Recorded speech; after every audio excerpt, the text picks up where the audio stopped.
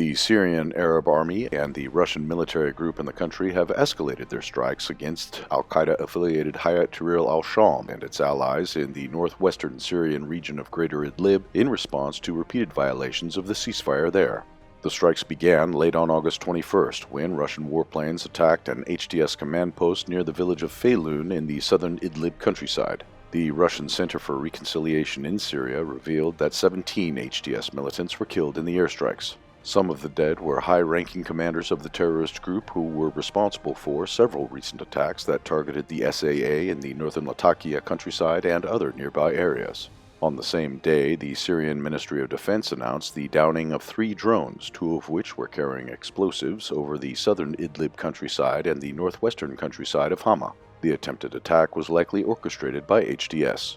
The next day, August 22nd, a series of Russian airstrikes targeted an HTS command post near the village of Batina in the northwestern Idlib countryside. According to the Russian Center for Reconciliation in Syria, 25 militants of the terrorist group were killed in the attack.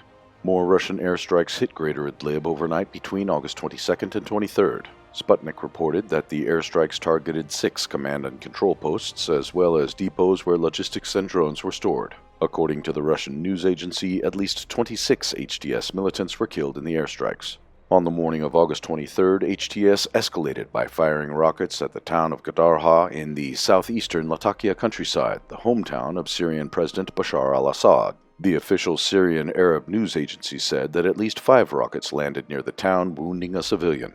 Later in the day, the Syrian Ministry of Defense said that the Russian airstrikes and recent artillery strikes by the SAA were carried out in response to attacks by HTS and its allies that targeted government-held areas around Greater Idlib. The ministry also announced that Syrian air defenses had shot down 5 drones over Aleppo, Hama, and Latakia. A new wave of Russian airstrikes hit Greater Idlib on August 24th.